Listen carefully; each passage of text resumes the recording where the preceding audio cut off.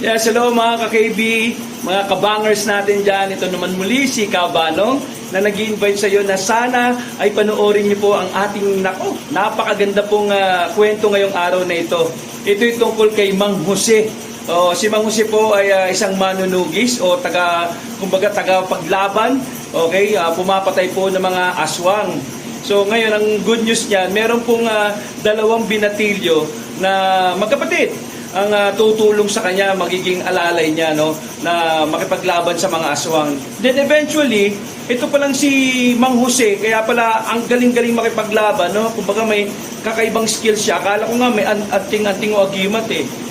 Meron pala siyang tinatagong kumbaga sa kanyang pagkatao. Kaya pala natatalo niya yung mga aswang. So ito po magandang panoorin po niyo. Tingnan niyo po kung ano yung twist po ng story natin, no? So sa lahat po ng mga bago dito sa ating channel, sana po ay nire-request namin na kayo po ay pumindot ng ating subscribe button para lagi po kayo nanonotify ng mga iba't ibang bagong kwento natin ngayon.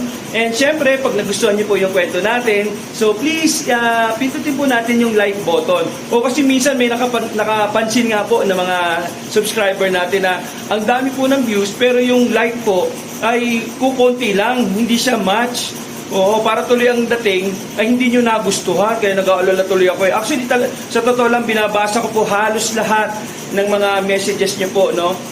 Meron nga po diyang iba na sinasabi nga po daw, ang haba po, ang dami daw commercial.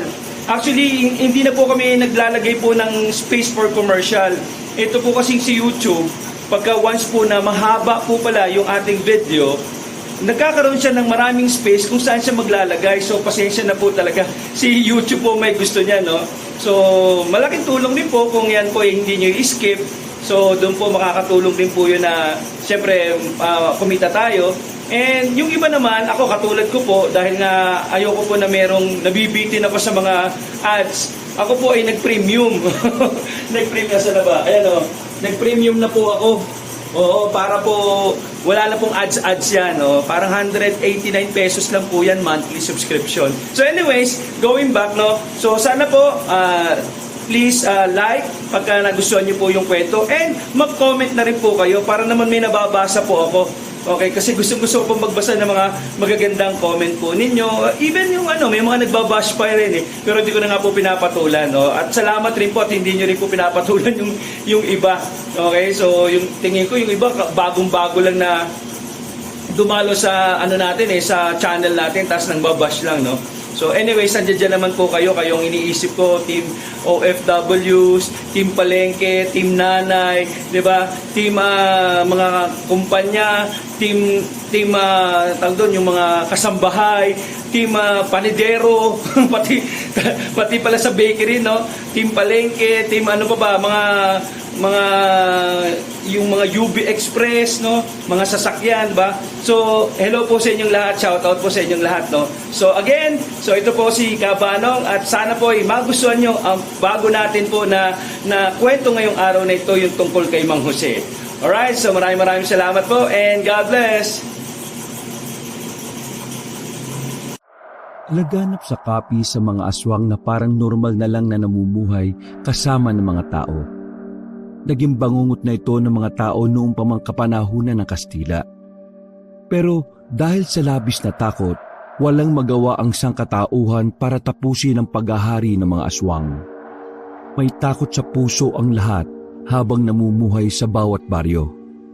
Bawat kilos nila, pakiramdam nila ay may mga aswang na nakamasid. Kaya naman, karamihan sa mga taga-baryo ng San Juan ay hindi na lumalabas dakong 6:00 pa lamang ng gabi. Isa ang pamilya ni Mar sa mga taong nabiktima na ng aswang. Namatay ang lolo ni Mar noong umatake ang aswang sa palaisdaan noong bata pa lamang siya. Kitang-kita ni Mar kung papaanong kinain ng mga aswang ang kawawang matanda. Kaya mula noon, galit na si Mar na magkaroon siya ng muwang sa mundo. Saka lamang nabuo ang pagnanais niya na puksain ang mga aswang. Sa tuwing may napapabalitaang may namamataang aswang, laging nauna si Mar sa pinangyarihan. Pero ang nakakatuwa nga lang, hindi naman marunong sa pakikipaglaban ang binata. Sa katunayan, duwag siyang humarap sa aswang. Matapang lang siya kapag sa kwentuhan, pero hindi niya alam kung anong gagawin sa oras na makaharap na mismo ang aswang. Kung minsan nga, nanlilit na lamang si Mar. Hindi niya alam kung paano ipaghiganti ang kanyang lolo kung wala naman siyang kayang gawin. Nako, wag na kayong lalabas sa gabi ha. Ngayong umaga, may natagpo ang bangkay. Umatake na naman daw yung aswang sa malaisda ah.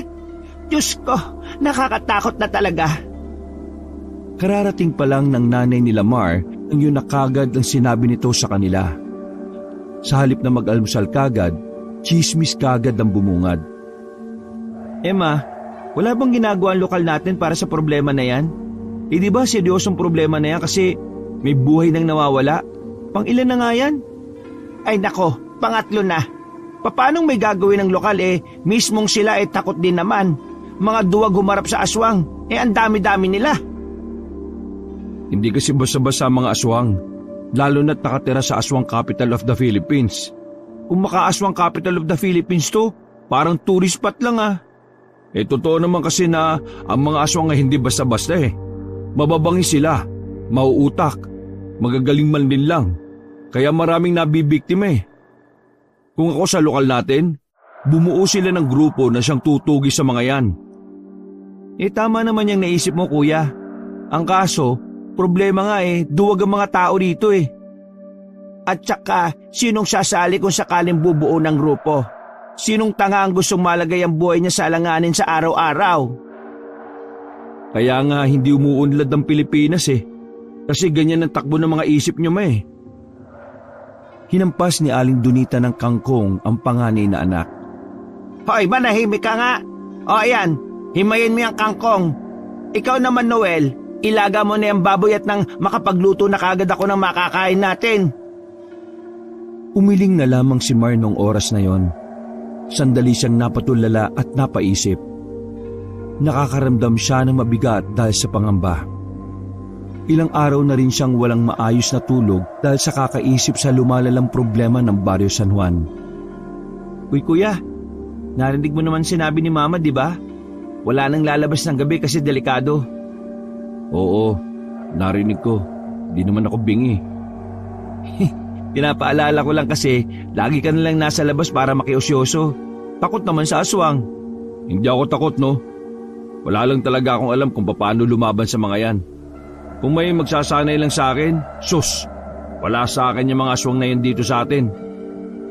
Ayan ka na naman Tinanggihan mo nga yung offer ng isang grupo mo nung nakaraan Di ba, nagre-recruit sila nung nakaraan para labanan yung mga aswang? Anong ginawa mo? Natulog ka Sira ulo ka rin naman pala Hindi ka ba nakikinig sa balita rito sa atin? Mga rebelde yung nag-aakot ng tao nung nakaraan. Ginagamit lang nila yung aswang para makapagparami sila. Sus, rebelde daw.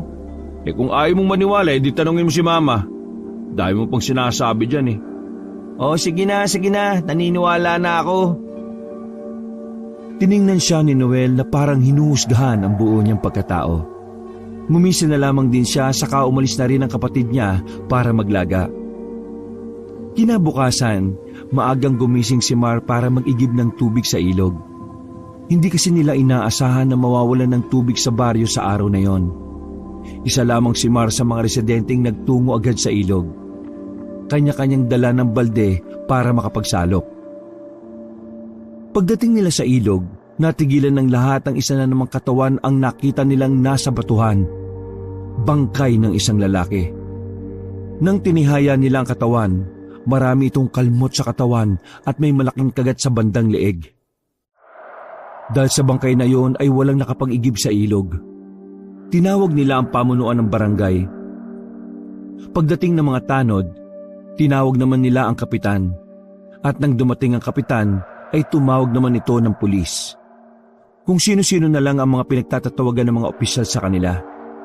Inis na inis ang mga tao dahil sa tuwing may nakikitang bangkay, parang hindi alam ng mga namumuno ang gagawin nila. Puro tawag ng tawag sa iba pero wala nang napapala. Diyos ko talaga mga opisyal natin mga walang utak. Bakit hanggang ngayon wala pa silang maisip na solusyon sa ginagawa niya ng mga aswang? Nakakabahala na. Nakakainis nga Ang mga tanod, tinawagan si kapitan.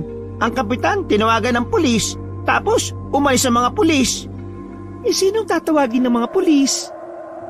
Baka ang Diyos na ang tatawagin. Kumamot na lang sa ulo ang dalawang ale na inis na rin sa sistema. Nakatayo lang si Mar sa gilid habang nakikiosyoso pa rin sa mga taong nagkakagulo. Wala pa rin kumukuha ng bangkay, makakalahating oras na ang nakakalipas. Kaya naman naisipan na lamang ni Mar na umuwi sa kanilang bahay. Habang naglalakad, isang lalaki ang nakabanggaan niya. Hindi pa man katandaan ng lalaki, parang nasa edad 40 hanggang 45 pa lang. Para bang kaedad lang din ng kanyang ina. Sa lakas ng pagkakabangga, nabitiwan ni Mar ang mga daladalang galon at timba. Tiningnan lang siya ng lalaki na parang naawa sa kanya. Ayos ka lang ba? Oo, ayos lang po ako. Pero mas ayos ako kapag tumulong kayo sa pagkuha ng mga galon. Saka lamang kumilos ang lalaki. Kinuha nito ang ibang galon na kumalat sa malayo. Pasensya ka na't hindi kita nakita. Parakas ba ang pagkakabangga ko o sadyang bumangga ka lang sa aking muscles? Naningkit ang mga mata ni Mar. Naramdaman niya ang pagiging mahangin ng lalaki. Malaki naman ang katawan nito kahit medyo may edad na. Braso pa lang ng lalaki ay parang ulo na ni Mar. Pero palagay ng binata ay sadyang may kayabangan lang talaga yon. Malakas po talagang pagkakabangga nyo. Hindi po kasi yata kayo tumitingin sa dinaraanan nyo eh. Ganun ba? Kung ganon, humingi ako ng paumanin sa'yo, binata. Kilalanin mo na lang ako bilang si Hoseng. Huseng? Oo, tama ka nang narinig. Hoseng ang pangalan ko. Inang pangalan yan, pangsabog. O sige, ako'y aalis na. Ingat ka dahil baka sa susunod sasakyan na ang bumangga sa'yo. Naglakad na rin ang maskuladong lalaki na parabang paghahari nito ang daan. Naiwan naman na napanganga si Mar. Hindi niya inaasahan na makakatagpo siya ng ganong tao sa umagang yon. Nang makauwi siya sa kanila, ay galit na galit ang kanyang ina dahil walang magamit na tubig pandigo. Pero nawala ang galit nito nang malaman na meron na namang katawan ng tao ang nakita sa ilog. Pagdating ng tanghali, nagpatawag ng isang malaking pagpupulong ang pamunuan ng barangay. Lahat ng residente ay kailangan makidalo para mapakinggan ang mga plano na gustong gawin ng pamunuan. Nang matapos ang meeting, ay wala rin namang napala ang mga tao. Dahil ang nag-iisang plano lang naman ng barangay ay magsabit ng bawang sa lahat ng bahay. Galit na naman ang mga tao. Kulang na lang ay magwelga na sila sa pagiging irresponsable ng kanilang kapitan. Pambira talaga yan si kapitan Hindi ko alam kung paano nanalo yan wala naman yatang alam sa pagpapatakbo ng isang barangay Malamang nanalo yan dahil sa impluwensya ng dating kapitan natin na tatay rin naman niya. Pero kuya, sama ka ba mamayang gabi? Ha? Di ba pinagbabawalan na tayong lumabas ni mama ng gabi? Bakit kuya? Di ba kailangan nating mag-ipon kasi malapit ang birthday ni mama? Oo nga, pero ano bang trabaho yan? Kargador sa pier. Magbubuhat tayo ng mga sako-sakong bigas na dadalhin sa Maynila. Malaki raw bigayan dun Sama ka na. Siguro naman walang aswang sa pier, no? Maraming tao dun kahit gabi. Paano kung malaman ni mama? Di mayayari na naman tayo. Hindi yan. Alam mo naman si mama kapag tulog na. Umaga na gising yan. Uuwi naman tayo bago mag-umagi. Kailangan lang nating umextra. Huwag ka mag-alala. May mga kasama rin tayo mga taga rito sa atin. Pero magkikita-kita tayo mamayang alas 10 sa terminal ng jeep. Ano, palag ka ba? Kapag tayo nalintikan kay mama, ikaw ang babatukan ko To naman kasi kuya ang nega mo masyado. Subukan mo muna kasi. Oo na. Basta ayos sahod dyan Alam mo naman, mamahalin yung bibili nating cellphone kay mama. Kaya dapat makaipon tayo ng medyo malaki-laki. Kaya nga magandang trabaho to para sa atin. Habang wala pang pasukan sa school, may ipon din tayo. Huwag ka mag-alala kuya. Sakaling may humarang sa ating aswang, may dala akong balisong. Sus, para namang may magagawa yung balisong mo. Oo naman oh, sasaksakin ko yun ng ganito. Yan, ganyan oh. Inarte pa ni Noel kung papaano niya gagamitin ang hawak niyang patalim. Natawa at napailing na lamang din si Mar sa kanyang kapatid. Mabilis na lumipas ang mga oras at sumapit na rin ang kinagabihan. Pagkatapos pa lang nilang kumain ay nakahanap na kaagad ang pagkakataon ng dalawa. Maaga kasing nakatulog ang kanilang ina. Bitbit ang kanya-kanyang bag ay lumabas sila ng bahay. Sobrang tahimik na sa kapaligiran. Ang katahimikan na yon ay nagdudulot din sa kanila ng kakaibang kaba. Dahil wala nang masasakyan sa ganoong oras, napilitan na lamang ang dalawa na maglakad. Habang nasa kalye, makailang ulit pa silang lumingon-lingon sa likuran. Pero pagharap nila, isang payat na lalaki ang nakatayo sa kanilang daraanan. Madilim kaya hindi nila makita ang mukha ng lalaki.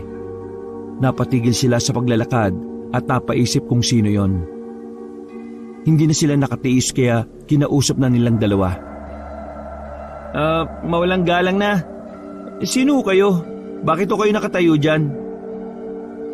Wala siyang natanggap na tugon mula sa lalaki. Kaya si Mar naman ang nagsalita. Aswang ka ba?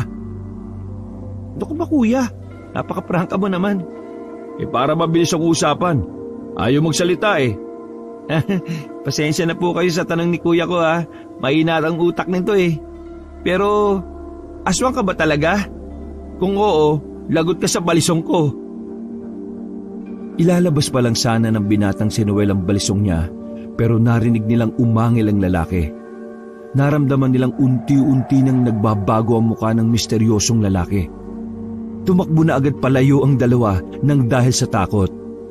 Nakalimutan ni Noel na may dala siyang patalim nang makumpirma na aswang nga talaga ang lalaki. Pero sa kasamaang palad, hindi sila tinantanan ng aswang. Sinundan pa rin sila nito at madali silang naharangan sa daanan. Anong gagawin natin kuya? Nasaan ang balisong mo? Hindi ko mahawakan eh. Ha? Anong hindi mahawakan? Duwag ka ba? Oo. Ano, masaya ka na? Ay nako, sinasabi ko na nga be. Unti-unting lumapit sa kanila ang naglalaway na aswang. Wala naman silang magawa kundi ang dahan-dahan na umatras. Oo, huwag kang lalapit. Papangahang kita, tingnan mo! Pero walang pakialam ang aswang sa kanyang sinabi. Tuloy-tuloy pa rin. Maya-maya lang, tuluyan na nga yung gumapang patungo sa kanila. Napapikit na lamang ang magkapatid dahil akala nila matatagpuan na rin kung saan-saan ang bangkay nila kinaumagahan. Pero nagkamali sila ng hinala. Isang lalaking nakasuot ng kulay itim na kasuotan at meron ding kapa na mahaba ang dumating. Nakatakip din ng itim na tela ang kalahati ng mukha nito. At ang isa pa nilang nakita ay may hawak itong espada. Sandaling napatras ang aswang nang tamaan niyo ng espada ng lalaki. Kumusta, mga binatilyong walang ginawa kundi maging pabigat sa bahay? Napasalubong ang kilay ng magkapatid. Hindi nila malaman kung magpapasalamat ba sila o maiinis. Kilalanin niyo na lang ako bilang Mang Jose. Ang tagapagligtas na sa gabi niyo lang makikita. Pero pwede rin naman sa umaga, basta may additional lang na talent fee. Parang pamilyar kay Mar ang tinig na yon ng lalaking si Mang Jose. Hindi niya lang maalala kung saan niya narinig. Mang Jose na sa gabi lang makikita? Tapos ano? Sira ulo yata yung kuya eh. Ay nako, mga kabataan talaga ngayon no. Hindi na rin nakakaintindi ng kahit na simpleng Tagalog na paliwanag eh. Palibasa, puro bold na magasin ang inaatupag. Hindi bale. Bago ko kayo sermonan ng malala, unahin ko na muna itong nilalang na may pangit na muka. Pumorma ang lalaking si Mang Jose na parang bida sa isang pelikulang pantasya. Lumusob ito sa aswang. Kahit na mabilis ang aswang, ay hindi ito nakalagpas kay Mang Jose. Walang kahirap-hirap na natamaan ito ng espada ang lalaking aswang. Para bang sinasayawan lang ni Mang Jose ang aswang na yon at nagagawa pa nitong kumanta. Ilang sandali lang, inakabulagta na rin ang aswang sa kalsada. Ganun lang kadali na wala ng buhay ang nilalang na yon. Pero ang galing niya kuya ah. Pero bakit may pa-costume-costume pang nalalaman? Kaya nga eh, parang si Batman pero walang budget. Lumapit sa kanila ang lalaki at maangas pa nitong ibinalik ang espada sa likuran. Hinawi pa nito ng malakas ang itim na kapa at saka nagsalita. Tinapos na ni Mang Jose ang masamang elemento. Kaya ngayon, ligtas na kayong dalawa. At dahil ligtas na kayong dalawa, kailangan niyo akong bayaran. Ha? Anong bayaran? Hindi mo alam ang salitang bayaran? Alam ko. Pero bakit ka namin babayaran? Ikaw yung bigla na lang dumating dyan para makialam eh. Sa itsura niyo pa lang na mukhang walang alam sa buhay eh, kailangan niyo talaga ng isang tagapagligtas. At dahil ako lang yon, ay agad akong dumating. Kaso nga lang, sa kasamaang palad marami din akong binabayaran. Kaya kailangan ko ng pera. Yun ang dahilan kung bakit hindi libre ang serbisyo ko. Pabira ka naman. Ngayon lang kami nakakita na tagapagligtas na naniningil pagkatapos. Ang tawag dyan ay pagiging praktikal. Kaya, akin ang pera. Dali, pera, akin na. Nilahad pa ng lalaki ang kamay nito. Bayad, dali. Huwag tayong babagal-bagal, sayang ang oras natin eh. Nagkatinginan ng magkapatid na Mar at Noel. Hindi nila alam kung pagbibigyan ba nila si Mang Jose o tatakbo na lang dahil 50 pesos lang ang dala nila.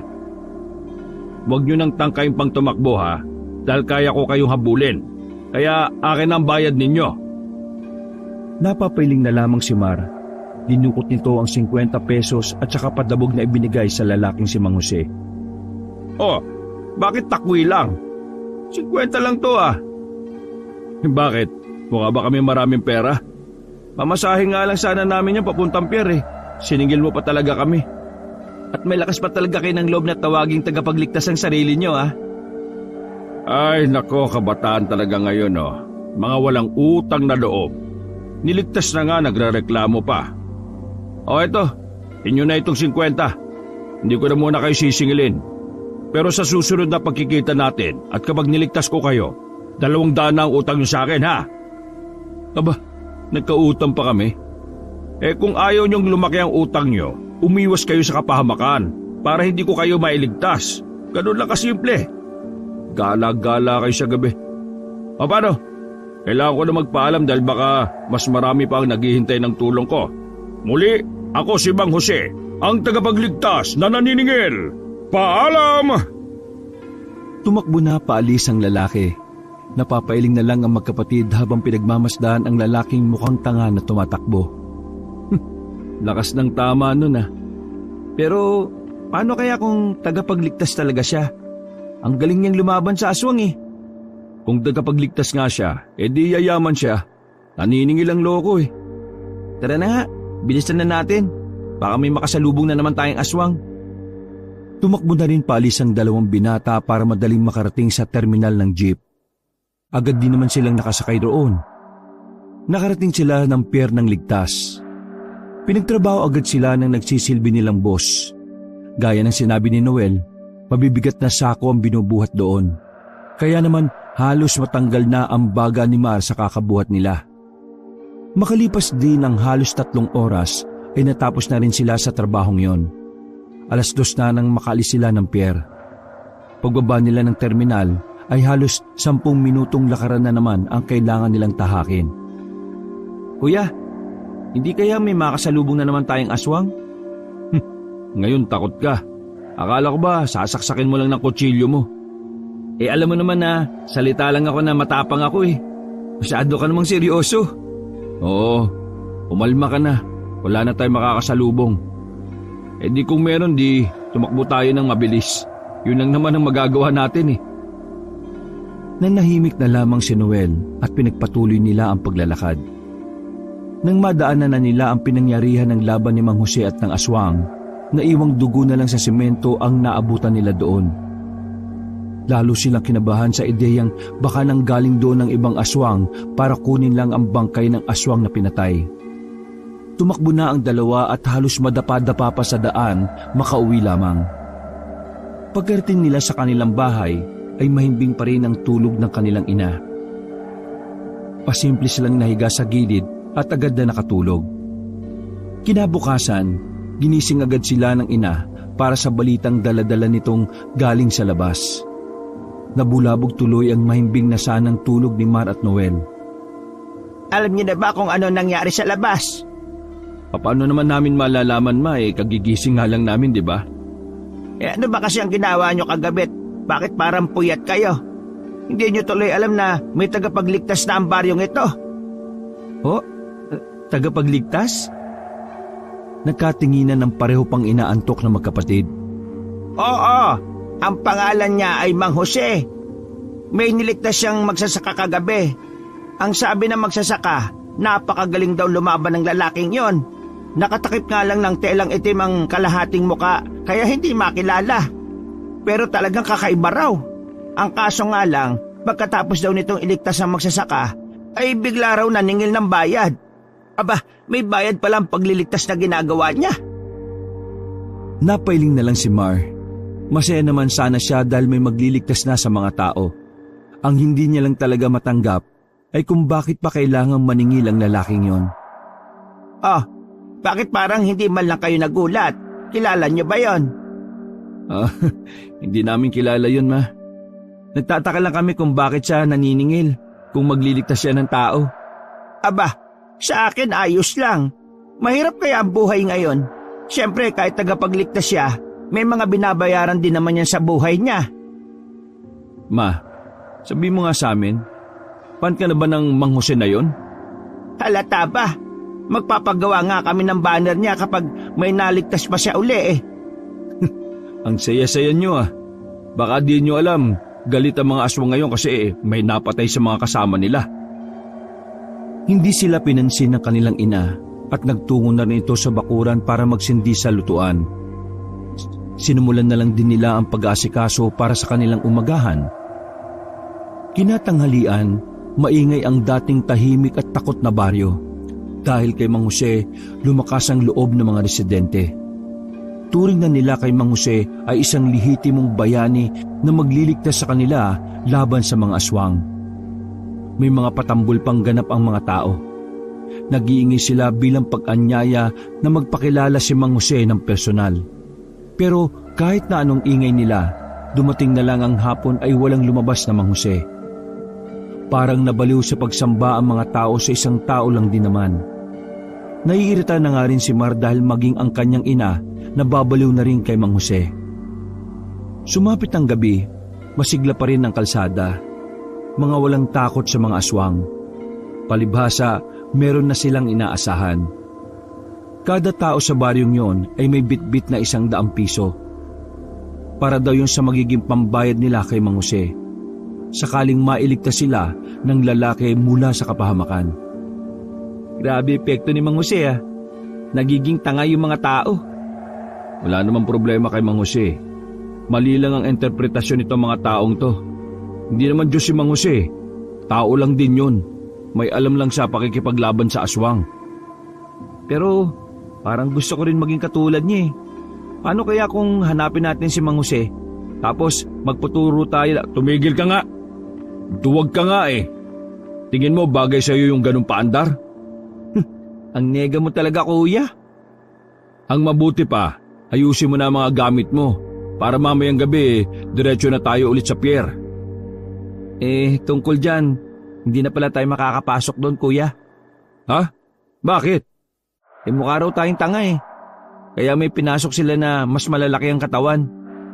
Pambihira naman oh. Saan tayo kukuha ng pera pambili ng cellphone ni Mama? Pera ba ang kailangan niyo?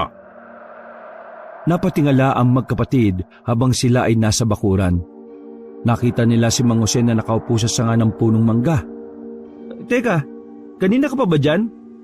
Hindi na mahalaga yon, bata. Ang dapat natin pag-usapan ay kung paano ko kayo mapapakinabangan at kung paano kayo makikinabang sa akin. Hindi ba pwedeng tanggalin yung takip ng kalahati ng mukha mo? Hindi pwede. Baka maraming babaeng mahulog. Kapal. Diyos ko, buti na lang wala si Mama. Tumalon pababa si Mang Jose. Hinawi ng lalaki ang kapa nito at tinamaan pa sa mukha ang dalawa. Matutulungan ko kayo magkapera. Yun ay kung papayag kayong maging alalay ko. Alalay? Bakit naman kailangan mo ng alalay? Masyadong marami ang aswang para sa nag-iisang katulad ko eh. Kahit naubod ako ng husay, May hangganan pa rin ang lahat dahil normal lang din naman akong tao. Kaya naman, kailangan ko ng 2 pabigat para naman maging balanse ang bawat misyon ko. Kung walang pabigat, masyado madali ang trabaho. Kung makukuha ko kayo, pwedeng mag-enjoy ako sa buhay ko dahil kahit papaano mahihirapan ako. Sira pala utak ito, kuya eh. Humanap ka na lang ng iba mong alalay. Teka sandali, ano naman ang magiging trabaho namin? Alalay, hindi ka ba nakakaintindi? Buwang ka ba? Anong magiging trabaho namin sa'yo? Anong gagawin namin? Papatay rin ba kami ng aswang? Magandang tanong yan. Pero sasabihin ko sa inyo sa oras na pumayag kayo. Bakit ba kami ang napili mo? Dahil kayong 2 lang ang mukhang walang ginagawa sa buhay. Gusto ko makatulong para mabili nyo ang cellphone para sa nanay nyo. Hindi ka ba namin makakausap ng maayos? Yung hindi ka nagyayabang o kaya nang mamaliit?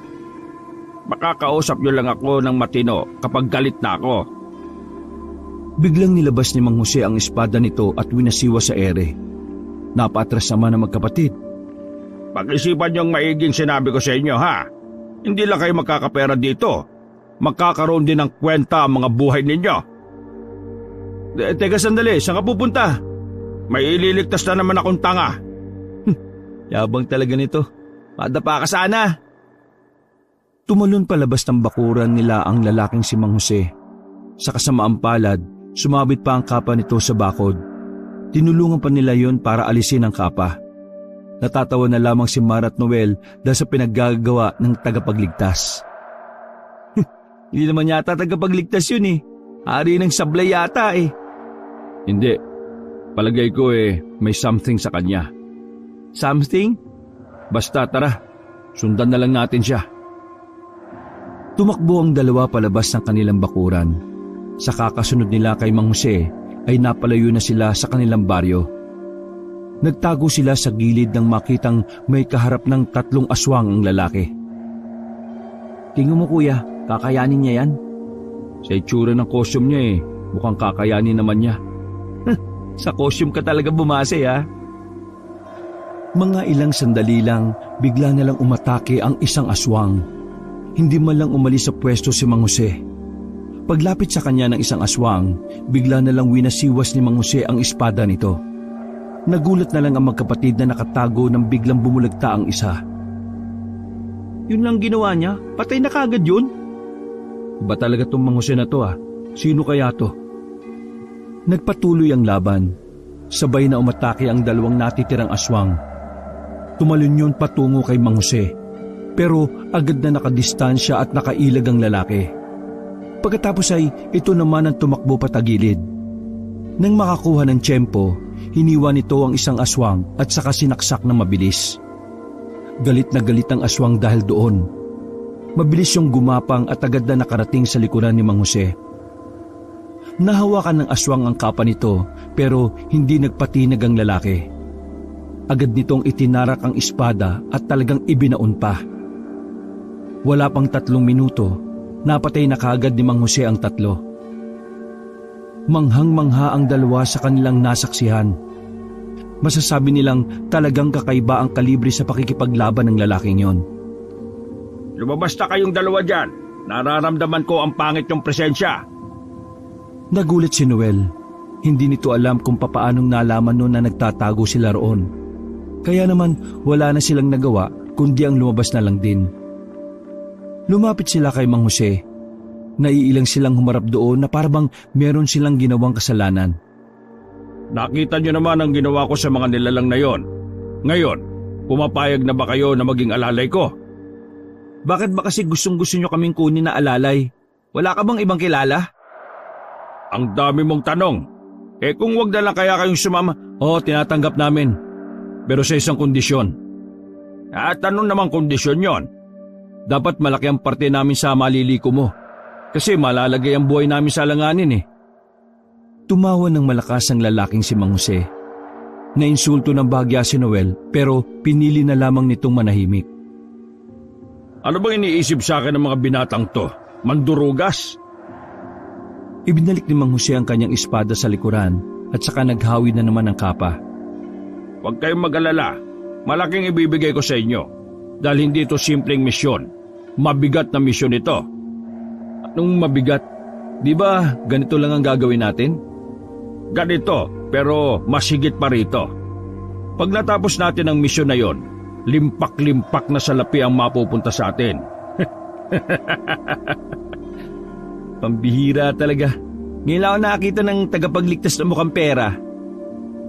Tara, sumunod kayo sa akin. Ngayon na talaga? Kailan nyo ba gusto? Sa susunod na taon. Dali, sumunod kayo sa akin. Naglakad na mabilis si Mang Jose. Napilitan na lamang sumama ang dalawa. Pumasok sila sa loob ng kagubatan. May 20 minutos na silang naglalakad pero wala pa ring ideya ang magkapatid kung saan nga ba sila pupunta. Mang Jose, saan ba talaga tayo pupunta? Kanina pa tayo naglalakad dito ah. Dadaling ko kayo sa boss ko. Ha? May boss ka? Oo, sa kanya ko kukuha ng misyon. Kaya kayo, manahimik kayo hanggat hindi kayo tinatanong kapag nandun na tayo ha. Hindi sumagot ang dalawa. Nagtiyaga na lang ang dalawa sa paglalakad. At makalipas nga lang ng ilang minuto, narating na rin nila ang isang lugar na parang mas maliit pa sa kanilang baryo. Sa tagal na nila sa probinsya nila, yun ang unang pagkakataon na nalaman nilang may ganong klase pala ng lugar doon.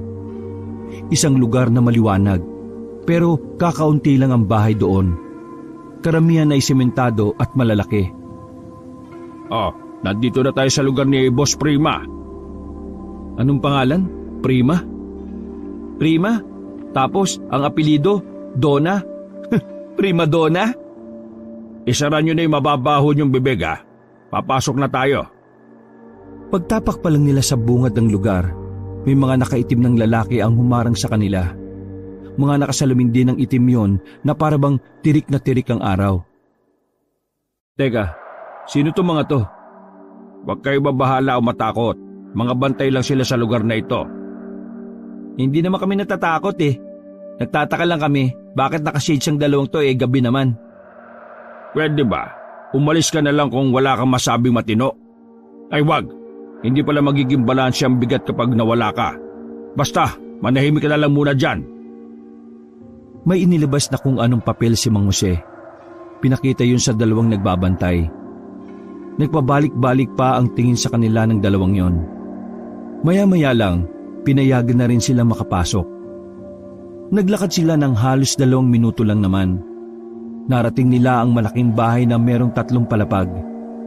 Sa tingin ni Mar, rest house ng mayayaman ang kanilang napuntahan. Pumasok sila sa loob. May lumapit ulit na 2 lalaki para lagyan sila ng piring sa mata. Bawal kasing makita ng mga tagalabas ang anyo ng mansyon. May pagganito pa talaga ha. Noel, itiko mo muna yung bibig mo. Hindi mo ba nakikita yung mga bantay? Isang sapa ka lang na mga yan. Paano ko makikita, nakapiring na nga tayo? Piningot ni Mang Jose sa tenga si Mar at Noel para manahimik. Maya-maya lamang, tinanggal na rin ang kanilang piring. Nasa isang silid na sila na wala man lang kagamit-gamit. Tanging isang lamesang mahaba lang ang naroroon at upuan na parang trono ng isang hari.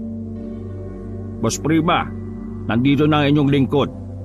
Nakahanap na ako ng 2 magpapabigat sa misyon ko. Ngayon ay tinatanggap ko na ang trabaho na gusto niyong ibigay sa akin. Nagtaka si Mar at Noel. Buong akala kasi nila ay babae ang sinasabi ni Mang Jose na boss nito. Lalaki rin pala. Teka Mang Jose, akala ko ba babae ang boss mo? Naglakad ang matandang boss habang daladala ang tungkod nito. Lumapit nun sa kanila at seryosong tumingin. Kayong 2 ba magiging alalay nitong si Mang Jose? Magandang gabi po. Opo, ama po kayo. Kami nga po. Aba, kung ganun Jose, dapat simulan mo na ang misyon mo. Ako na ang bahalang magbayad sa iyo. Mawalang galang na po pero ano po bang misyon na sinasabi nyo? Hindi pa ba sinasabi nitong si Jose? Umiling lang ang dalawa habang nakatingin kay Mang Jose. Kayong 2 ang magiging alalay niya sa pagtugi sa kuta ng mga aswang. Kung hindi nyo na itatanong, dati rin akong tumutugi sa mga aswang. Pero dahil nga matanda na ako, ay wala na rin naman akong magagawa. Nagsusuot din po ba kayo ng ganitong costume? Tumawa ng malakas sa matandang si Prima. Nagsuot din ako niyan, pero hindi ganyan. Hindi na nakatiis si Mang Jose kaya sumingit na yon sa usapan. Boss Prima, kailangan ko ng kagamitan para sa 2 inutil na kasama ko. Walang problema. Lahat ng kailangan nyo ay ibibigay ko. Maubos nyo lamang ang mga salot na aswang na yan. Sumenya si Prima sa 2 lalaki na nakatayo sa gilid. Umalis ang 2 at ilang sandali lang bumalik na ito na may dalang mga karton na kahon. Binigay yon kay Mar at Noel. Pagtingin nila sa kahon, may laman yung pantakip sa muka at kapa na kulay itim.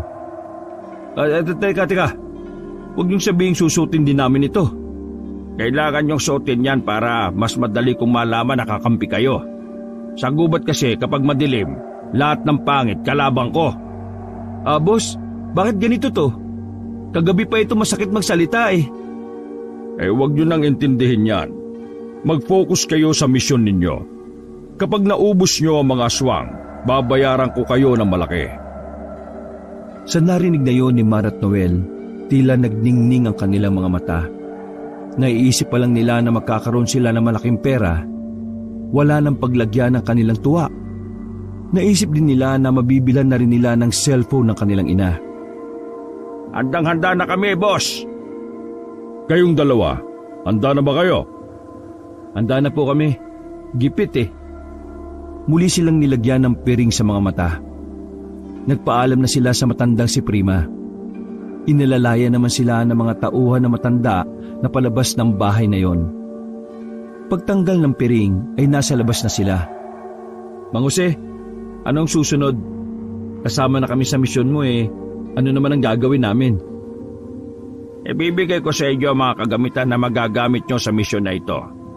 Kailangan nyo lang gawin, sundan ng lalaking ito.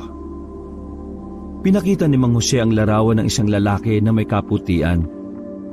Sino yan? Ayon sa tip nila, boss, ang lalaking yan ang nagsisilbing tagaplano ng mga aswang kung paano sila aatake sa darating na piyesta. Lumilibot-libot yan sa baryo ninyo para pag-aralan ng mga pwede nilang pagpwestuhan. Bakit kami pa?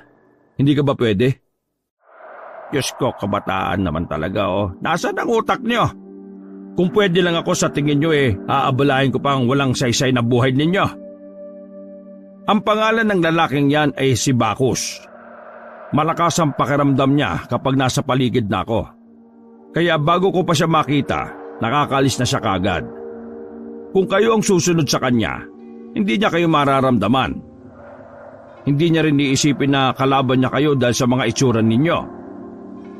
Paano hindi iisipin na kalaban? Binigyan niyo kami ng kapa at takip sa muka.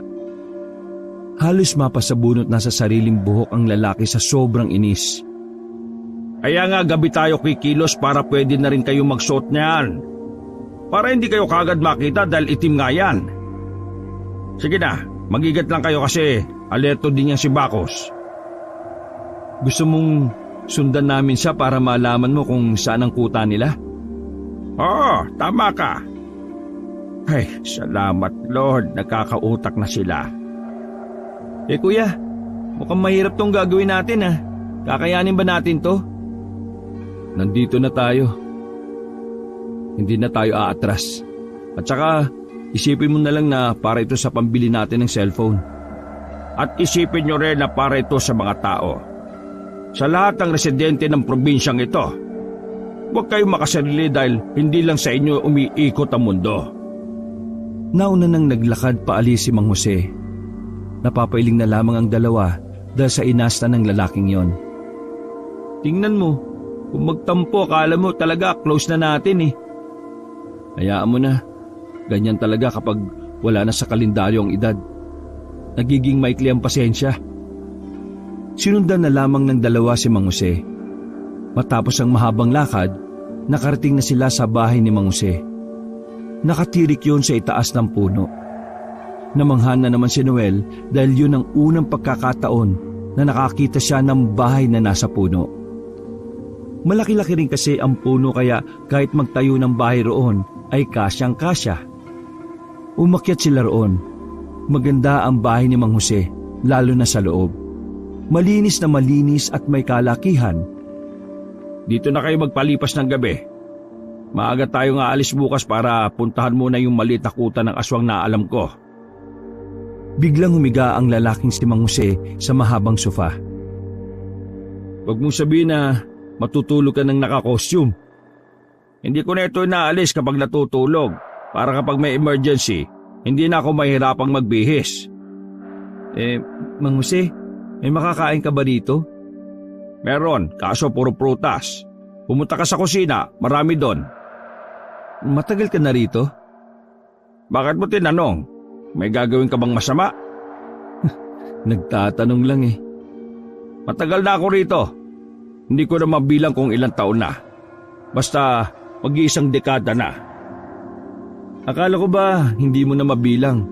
Ganyan ka ba talaga kausap? Magulo? Mahihina ang utak lang ang naguguluhan sa mga sinasabi ko. Sige na, matutulog na ako. Kumain kayo doon kung gusto ninyo. Pumikit na ang lalaki. Hindi na rin yung ginalaw pa ni Mar dahil humihilik na kaagad yon. Maya-maya pa, nakabalik na rin si Noel. May daladala na yung pakwa na isang buo. Wala man lang akong nakitang karne ah. Wala ring ref dito. Walang malamig na tubig. Maghahanap pa ako ng ref. Kita mo namang lampara na nga lang ang ilaw dito eh. Bumuntong hininga na lamang sila. Sabay silang kumain ng pakwan habang nakatambay sa pinto. Hindi dinadalaw ng antok ang dalawang binata. Kahit ilang beses nilang bilangin ang dahon sa puno ay hindi sila inaantok. Nakatambay lang sila sa pintuan ng bahay. Iniisip kung mamamatay ba sila kung sakaling malalaglag sa baba. Natigilan ang kanilang pag-iisip nang marinig nilang nananaginip si Mang Jose na nagsasalita. Nananaginip ang lalaki. May binabanggit yun na 2 anak. May anak siguro to na 2. Tapos iniwan siya ng asawa kasi sinuot niya yung costume na yan. Tangik, baka mamaya may seryosong problema talaga yan. Hinayaan lang nila si Mang Jose na managinip. Silang 2 naman ay nanatili lang din sa kanilang kinalalagyan. Inabot na sila ng umaga sa katatambay at hindi man lang sila nakatikim ng tulog. Mulat na mulat ang 2. Buhay na buhay ang kanilang diwa. Pero pakiramdam nila ay lutang na sila sa mga oras na yon. Kailangan na nating lumakad. Pero bago yon, dadaanan muna natin ang mga armas nyo na ibibigay ni boss. Isusot na ba namin tong takip sa mukha at kapa? Oo, para magmukha talaga kayong alalay ko. Nagmamadali na silang bumaba. Bago tuluyang maging tirik ang araw ay may dinaanan na muna silang isang bahay sa tauhan ni Prima. Kinuha nila roon ng 2 itak na bagong-bago at talaga namang nakakasugat ang pagiging matalas nito. Pagkatapos, lumarga na rin sila patungo sa sakayan ng jeep. Kuya, hindi ba tayo mukhang tanga nito? Baka mamaya may makakilala sa atin tapos pagtawanan tayo sa suot natin. Di pagtawanan nila, ang mahalaga yung reward. Hayaan mo sila. Tayo, 1 beses lang tayo magmumukhang tanga. Bakit ba kasi kailangan pa natin magsuot din ng costume eh? Tahimik lang ang lalaking si Mang Jose nang makarating sila sa lugar ng Santo Domingo. Pagdating nila sa terminal, nakatingin sa kanila ang mga tao. Mang Jose, bakit ganyan sila makatingin sa atin? Hindi ka ba nila kilala? Hindi naman ako nakakaabot dito kaya di nila ako kilala. Di bale, ipagdarasal ko na magkaroon ng aswang dito para may dahilan akong manatili sa lugar na ito. Para may maligtas ka na naman tapos may sisingilin ka? Tumatalino ka na ng 1% ha? Hindi sila nagpatinag sa tingin ng mga tao. Ang iba ay natatawa. May iba naman na naaalibadbaran sa kanila dahil sa kakaiba nilang suot. Pagsakay nila ng jeep ay agad na nagbayad si Mang Jose ng kanilang pamasahe. Bayad do, 3 mandirigma, 1 mahusay at 2 pabigat. Lahat ng pasahero na naroon ay nakatingin sa kanila. Kulang na lang ay magtago na ang magkapatid sa ilalim ng lupa sa sobrang kahihiyan. Hindi naman mahaba ang kanilang binyahe. Dahil ilang minuto lang ay bumaba na rin sila sa gilid ng kalsada. Nakahinga naman ng maluwag si Mar at Noel. Dahil sa wakas, wala na mga matang nanghusga sa kanila. Nakikita niyo ba yung bundok na yon? Tinuro ni Mang Jose ang natatanaw nilang bundok habang nakatayo sila sa gilid ng bangin. Diyan na ba yung kuta ng mga aswang na alam mo? Hindi, sa likod niyan. Bumuntong hininga na lamang si Mar sa sobrang pagkadismaya. Hindi pa yan ang pinakakuta ng pangkalahatang aswang. Pero asahan niyong mababangis pa rin ang mga aswang na makakasagupa natin dyan. Mang Jose, paano naman kami? Hindi naman kami talaga magaling makipaglaban. Kahoy nga lang yung kaya naming tagain eh. Hindi niyo kailangan mag-alala. Nandito si Mang Jose, ang tagapagligtas na naniningil. Huwag mong sabihin na habang pinoprotektahan mo kami, may bayad na yon. Ang pagprotekta sa mga taong mangmang na walang kalaban-laban ay paraan ng pagliligtas. Kaya oo ang sagot ko sa tanong mo na yan. Tara na! Nauna nang naglakad si Mang Jose pababa. Kumamot na lamang ng ulo ang magkapatid dahil sa pagiging mautak ni Mang Jose. Hindi nila kinakaya ang kakaibang taktika ng lalaki para magkapera. Maingat ang ginawa nilang paglalakad dahil pababa ang kanilang daan. Maaliwalas ang paligid na kanilang dinaraanan. Tanging mga huni lamang ng mga ibon ang maririnig sa kagubatan. Sumasabay din ang agos ng tubig sa ilog. Mang Jose, ilang uri ng aswang ba ang meron? Tsaka ano yung talagang nagpahirap sa inyo? Tanong ni Noel habang sila ay naglalakbay. Marami ang uri ng aswang dito sa bansa natin. Pero ang talagang nagpapahirap sa akin noon ay ang tiktik. Matatalino ang tiktik. Madalas na magaling silang manlinlang ng tao. Nararamdaman ng mga tiktik kapag tatanga-tanga ka. Kaya dapat hindi ka nagpapakita ng katangahan. Mas maganda nang nagkukunwari kang matalino kaysa nagiging totoo ka pero tanga ka naman. Wala kasi talaga kaming alam sa mga aswang eh. Pero matindi ang galit ko sa kanila. Pinatay nila ang lolo namin noon. Kaya noon pa, pinangako ko talaga na gagantihan ko sila at uubusin ko sila. Kaya sana, wag mo kaming hayaan na mapahamak. Gusto ko pang magkaroon ng hustisya ang kamatayan ng lolo namin. Huminto si Mang Jose. Kinapapahamak ng sino man ang mga gawain na nakabase sa pag-iiganti. Sa halip na pag-iiganti ang isipin mo ang kapayapaan para sa lahat. Dahil ang pag-iisip ng kapakanan ng lahat, doon mas nagiging maluwag ang daan tungo sa tagumpay. Sa pamamagitan nun, makukuha mo ang hustisya para sa lolo nyo. Kahit na papaano ay nakaramdam ng sobrang paghanga si Mar sa lalaking si Mang Jose. Malinaw at makabuluhan kasi ang mensaheng nais nitong iparating sa kanilang magkapatid. Tandaan nyo, kung isa lang ang layunin natin para mabuhay, walang saysay ang buhay mo. Dahil kapag nabigo ka, wala ka ng ibang alam na pag-aalayan ng mga nasimulan mo. Mabuhay ka dapat sa mas maraming dahilan o layunin. Nang sa ganon, mas maraming pinto ng buhay ang maaaring magbukas para sa atin. Wow! May mga matitino ka rin palang nasasabi eh. Alam mo kung ano ang pangit na pwede kong sabihin? Ano naman? Ikaw. O, tara na! Nagmamadaling naglakad si Mang Jose. Sanay na sanay itong humakbang sa mga bato. Sumusuot-suot din ito sa mga malalaking katawan ng mga puno na halos magkakadikit-dikit na. Matapos ang halos 20 minutos nilang paglalakad ng mabilis, nakita na nila ang isang maliit na kuta ng mga aswang. Sa kinatatayuan pa lamang nila ay ramdam na ni Mang Jose ang mga presensya ng mga nilalang. Dahan-dahan silang umpo sa pinagtataguan nila. Yan na ang kuta. Ayaw ko nang aanga-anga ha. Alerto dapat kayo. Sa likod lang Bigla nang tumayo si Mang Jose nang hindi man lang natatapos ni Mar ang sasabihin. Walang nagawa ang magkapatid kaya sumunod na lamang silang dalawa. Bit-bit ang tig-isang itak. Medyo naiilang pa nga ang magkapatid dahil na rin sa kapan na nasa likuran nila. Nang nasa harapan na sila ng kuta ng mga aswang, tumigil si Mang Jose at sumigaw ng malakas. Andito na si Mang Jose! Lumabas sa mga nasa loob ng tent at lumapit ang uugod-ugod ng matandang babae sa kanila. Sino ka? Bingi ka ba? Kasasabi ko lang, nandito na si Mang Jose.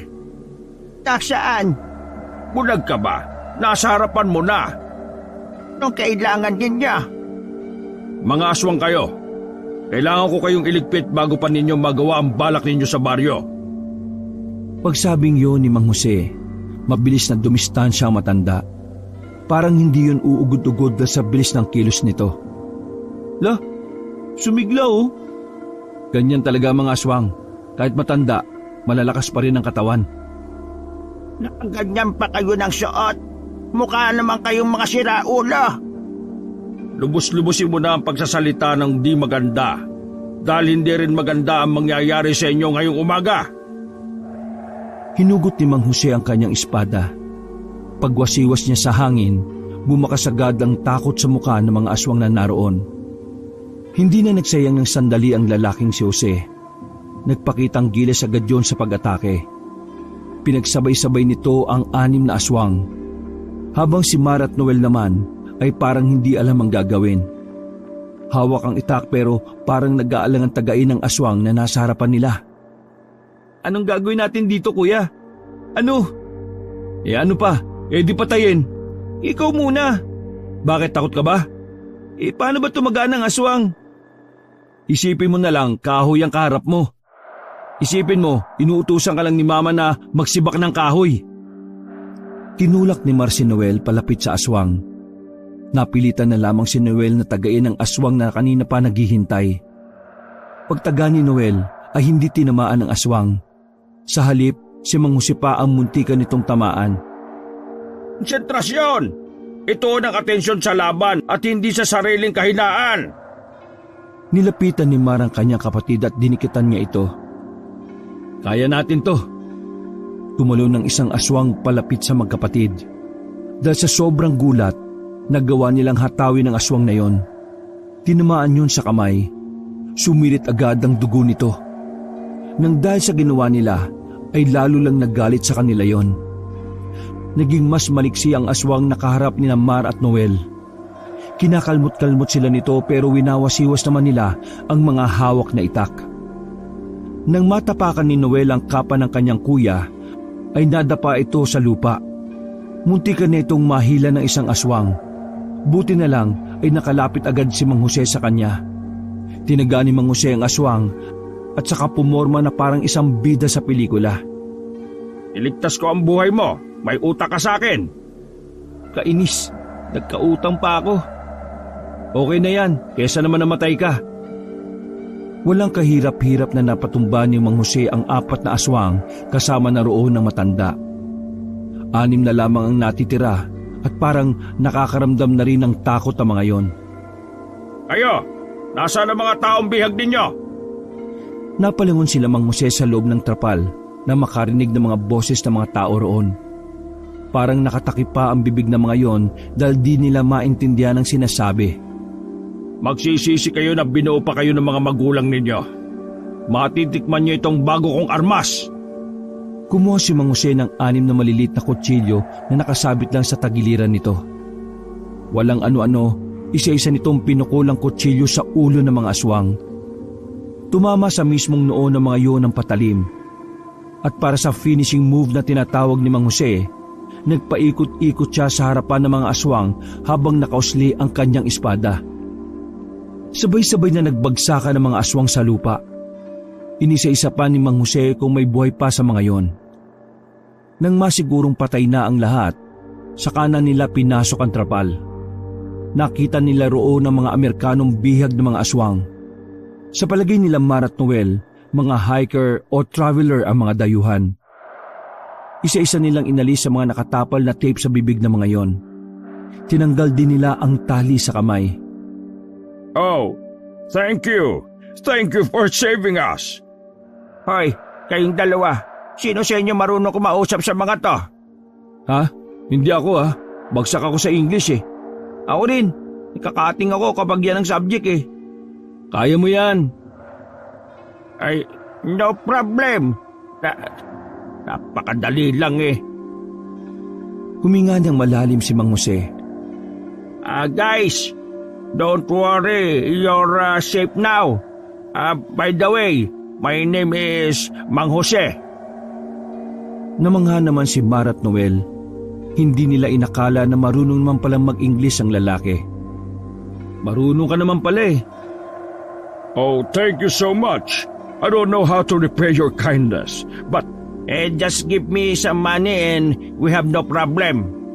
Uy, pati ba naman mga dayuhan? Money? Oh, wait a minute. Kinuha ng lalaki ang bag nito. Laking tuwa nito nang hindi man lang ginalaw ng aswang ang kanilang mga pera. Here, accept this money. This is a thank you gift for the three of us. This is a thank you gift for the three of you. Thank you so much, man. You know, Filipino is so very kind. We are willing to sacrifice our life just to save the others. Ang sabihin mo dahil sa pera. Thank you again.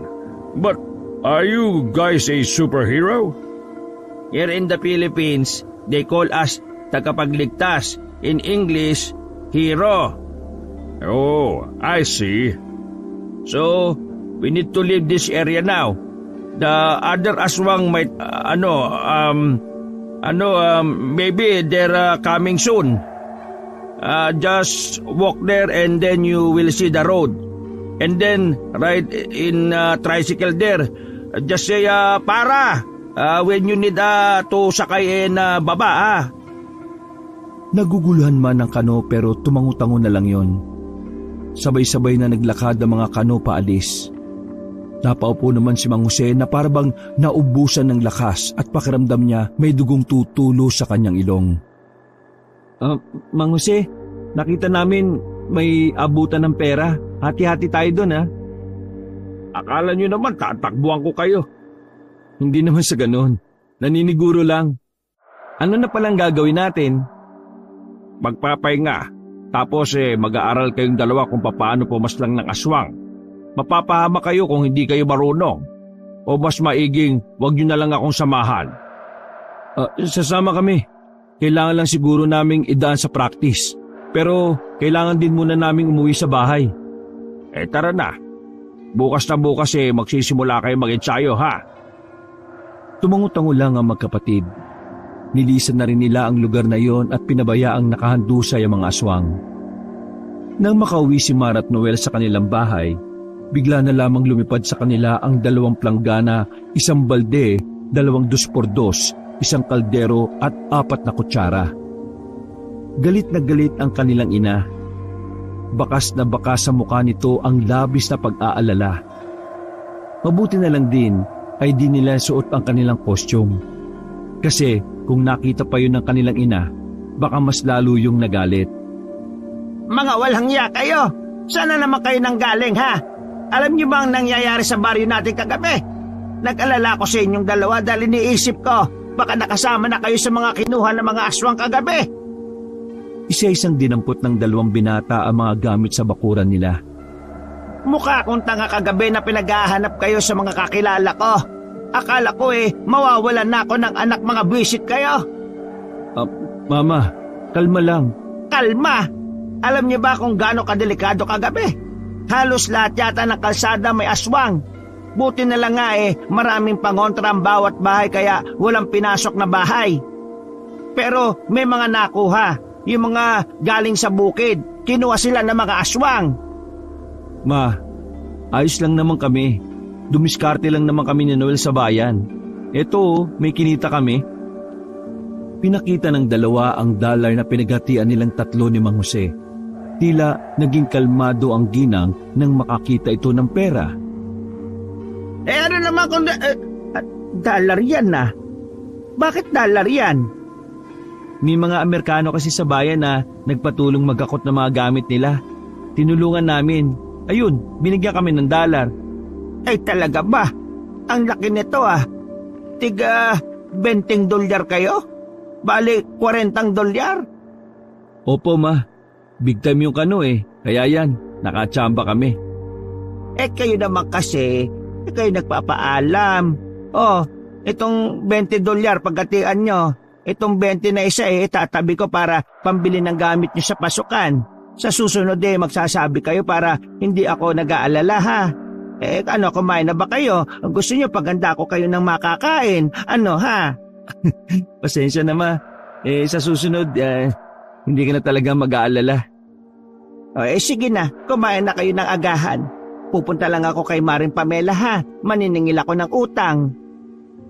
Agad na lumabas ng bakura ng kanilang ina. Nag-appear naman ang dalawa dahil naging epektibo ang kanilang pagdadahilan. Matapos ang almusal, naglakad-lakad ang magkapatid sa kanilang baryo para kumalap ng impormasyon. Nalaman nila na totoo ngang maraming nadukot na tao. Ang dagdag pa nga ng iba, talagang nakakatakot ang mga itsura ng aswang. Mga naglalaway at parang mga gutom na gutom. Mabilis na lumipas sa mga araw. Dumating na nga ang araw ng pista. 4:00 pa lang ay gising na ang diwa ni Mar at Noel. Walang kamalay-malay ang kanilang ina na lumabas na agad sila ng bahay. Nag-ikot-ikot sila sa baryo. Hinahanap nila ang aswang na si Bacchus. Ang sinasabing aswang na siyang gumagawa ng plano ng pag-atake. Nang unti-unti nang lumiwanag, hindi pa rin nila nakikita si Bacchus. Nababahala ang magkapatid dahil unti-unti nang umiingay ang paligid. Parang walang pakialam ang mga tao sa dalampangganib ng mga aswang. Lumipas sa mga oras, inabot na sila ng 4:00 sa kakamasid sa paligid. Nagbunga naman ang ginagawa ng magkapatid nang may makita silang lalaki na kahina-hinala. Palihim na pinagmasdan ni Mar at Noel ang lalaking yon. Nang mamukhaan nila, nakumpirma nila na yun nga ang aswang na si Bacchus. Hindi nila inalis ang kanilang paningin sa lalaking yon. Suot ang kanilang costume, sinundan nila ng palihim ang naturang aswang. Kumagat na ang dilim pero nakabuntot pa rin ang dalawa. Walang kamalay-malay ang aswang na si Bacchus na nasa likuran lamang sila. Napalayo na sila Mar at Noel sa kanilang baryo noong mga sandaling yon. Hanggang sa makita na nila na sumuot si Bacchus sa kagubatan. At ilang sandali lang, doon nila natagpuan ang malaking kuta ng mga aswang. Hindi makapaniwala ang dalawa dahil hindi naman pala sobrang layo sa baryo nila. Kailangan natin ipaalam kagad kay Mang Jose na dito kumukuta ang mga salot na ito. Bumalik na tayo kagad, bilis! Nagmamadali ang magkapatid na lisanin ang lugar na yon. Tinakbo nila ang daan makabalik lang na mabilis sa kanilang baryo. Kaso, pagdating nila, may nangyari kagad na kaguluhan. May mga tao nang nagtatakbuhan. Narinig nila ang sigaw ng mga tao. Umatake raw ang mga aswang. Nasa lisian yata tayo, kuya. Alam yata ni Bacchus na sumusunod tayo kanina kaya nagpaiwan siya ng mga aswang dito. Pwes, ngayon na natin magagamit ang mga tinuro sa atin ni Mang Jose. Pero nasa ba si Mang Jose? Nakakagulo na oh. Huwag na natin siyang hintayin. Umilis na tayo. Aalis na sana ang dalawa nang bigla silang makilala ng kanilang ina na kanina pa pala nakatingin sa kanila. Lumapit ang ginang sa kanila at nagtatakang nakatingin sa kanila. Mar, Noel, bakit kayo nakasuot ng ganyan? Malayo pa ang Halloween na. Patay na. Mahabang kwento, Nay. Wala na kaming oras. Saka na lang kami magkukwento. Nang may mapadaan ng mga tanod ay hinabili ni Mar ang kanilang ina roon. Kuyang Tanod, isabay niyo na po itong nanay ko. Salamat ho. Oy, anong gagawin niyo? Mar, Noel! Walang kaalam-alam si Mama na alalay tayo ng siraulong si Mang Jose. Noel, maganda ka. Binunot na ng dalawa ang kani-kanilang itak. Malakas na ang kanilang loob dahil kahit papaano, meron na rin silang nalalaman sa pakikipaglaban. Pinuntahan nila ang isang bahay na may isang pamilyang hindi makalabas. May 4 na aswang kasi ang nakapalibot sa bahay. Agad namang umentrada ang magkapatid kaya napukaw nila ang atensyon ng mga nilalang.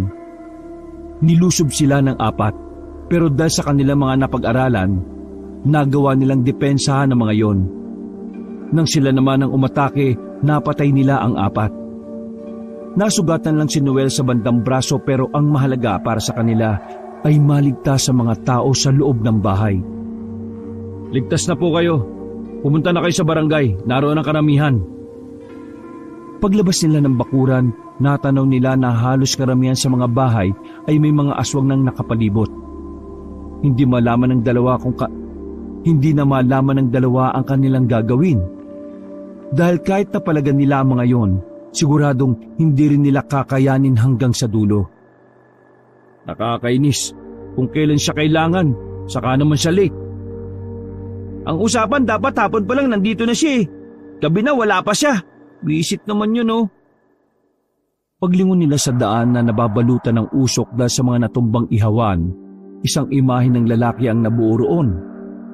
Imahe ng isang lalaki na may kapa. Kalmado lang yun na naglalakad at parang dinadama pa ang kakaibang angas na dulot ng mga usok. Kung makapaglakad yun ay parang isa itong importanteng karakter sa isang pelikula. Uy! Bilisan nyo! Marami nang nasa panganib ang buhay oh! Sa ka ba nang galing? Bakit ang tagal mo? Naramdaman ko na may kakaibang plano si Bacchus. Kaya sa halip na dito ako tumuloy, sinundan ko siya kanina. Ang totoo niyan, nakita ko kayong nakasunod. Pag alis nyo, pinatay ko na ang lahat ng nasa kampo, kasama na si Bacchus. Pero mas marami pa rin na nakapalibot na sa baryo. Dahil bago tayo dumating dito, nakapwesto na sila. Hindi lang natin nahalata. Alam mo naman pala na mas marami ang nandito. Bakit inuna mo pa yung konti sa kampo nila? Konti lang yon. Yung konting nasa kampo, lahat yon malalakas. Mga natira dito ay latak na lang. Isa pa, may tiwala na ako sa inyo eh. Kaso mukhang nadismaya lang ako. Ikaw pa talagang may ganang madismaya. Nasira ang plano natin na lumusob sa kanila. Pero dahil nandito na sila, simulan na natin. Ilalabas ko na ang tunay kong lakas. Nagulat na lamang ang magkapatid nang biglang tumalon si Mang Jose papunta sa bubong ng bahay. Takang-taka ang dalawa kung papaanong nagawa yun ni Mang Jose. Samantalang ang pagkakaalam nila ay normal na tao lang ito. Ganun pa man, sinimulan na lang din ng dalawa ang paglaban sa mga aswang na naroon. Wala pang kalahating oras, marami na agad silang napatay. Sobrang kakaiba kasi si Mang Jose sa mga pagkakataong yon. Parang naging literal ng superhero ang lalaki. Mang Jose, ang galing natin. Lalo ka na. Paano mo nagagawa yun? Sobrang bilis mo ha. Tumatalong ka pa sa mga bubong ngayon. Saka na tayo magpaliwanagan. Saka na rin tayo magdiwang. Nandyan na yung pinakamalakas na tiktik. Mula sa makakapal na usok, lumabas doon ang isang nilalang na may katangkaran. Nakita nila ang pangit na mukha na may mahabang dila. Iyan na ba yun? Umanda ka! Hindi na natuloy ni Mang Jose ang sasabihin nang bigla itong umatake na mabilis. Naramdaman na lamang ni Mar at Noel na mahapdi na ang kanilang dibdib. Yung pala, nakalmot na sila ng tiktik. Ganun kabilis lang ang nangyari. Napaupo na sila sa lupa. Ay ka muna kayo dyan. Ako nang bahala sa isang ito. Gumilid ang dalawa habang hawak-hawak ang kanilang sugat. Hindi nagsayang ng oras si Mang Jose. Inatake nila ang aswang na tiktik. Nagagawa pa ng aswang na yon na ilaga ng bawat pag-atake ni Mang Jose. Kalaunan, si Mang Jose naman ang dinali ng aswang. Natarak ng aswang ang matulis nitong kuko sa hita ni Mang Jose. Pero hindi yun ininda ng lalaki. Para bang wala lang itong naramdaman. Tingnan natin ang kulit mo! Narinig ni Mar at Noel ang kakaibang tunog na nagmula kay Mang Jose. Kasunod nun, mabilis nitong tinarak ang espada sa dibdib ng tiktik. Ganun lang kadali na pinaslang ni Mang Jose ang tinuturing na pinakamabangis na aswang. Tapos na ang gulo. Naubos na natin ang mga salot. Halika kayo, gagamutin ko ang mga sugat ninyo. Walang ano-ano, sinampa ni Mang Jose si Mar sa kanang balikat nito habang sa kaliwa naman ay si Noel. Magsasalita pa sana ang magkapatid nang bigla nang tumalon si Mang Jose sa mga bubong paalis. Nakarating sila sa bahay ni Mang Jose. Doon ay pinahiga sila ng lalaki at agad na nilunasan ang sugat nila. Dahil base kay Mang Jose, maaring maimpeksyon ang sugat nila dahil sa dumi ng kuko ng aswang. Ilang sandali lang ay gumaan na rin ang pakiramdam ng dalawa.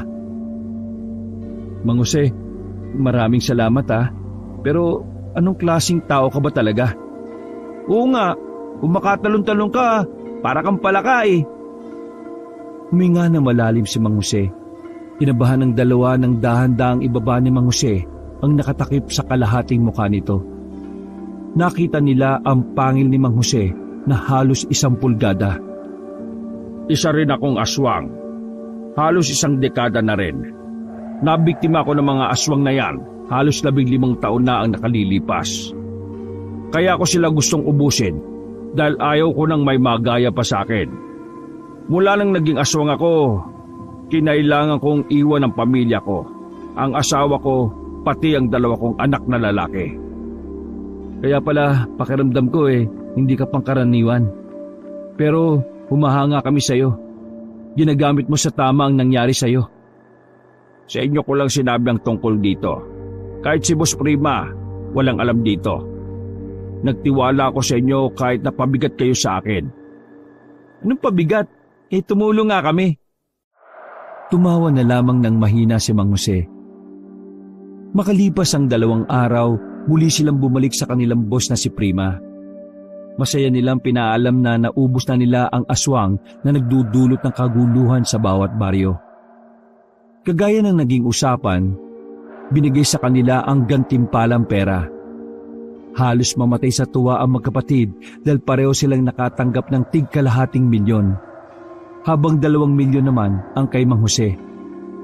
Walang paglagyan ng tuwa ni Mar at Noel dahil sa wakas, mapapaayos na nila ang kanilang bahay at mabibilhan din nila ng bagong cellphone ng kanilang ina. Pinaliwanag naman ni Mar at Noel ang mga totoong nangyari sa kanilang ina. Kaya naman, hindi na rin nagduda yon sa natanggap nilang pera. Sa halip, naging proud pa ang ina nila. Habang nagkakasiyahan ng 3 sa loob ng bahay, palihim na nakatingin sa kanila sa labas si Mang Jose. Napangiti at wala rin paglagyan ng kaligayahan na nadarama. Mabuti naman at magiging maayos na rin ang buhay ng 3. Masaya ako para sa inyo. Naglakad na lang palis ang lalaking si Mang Jose. Iisa-isay niya pa rin kasing singilin ng mga taong niligtas niya sa baryo kahit na marami na rin namang siyang pera. Wakas,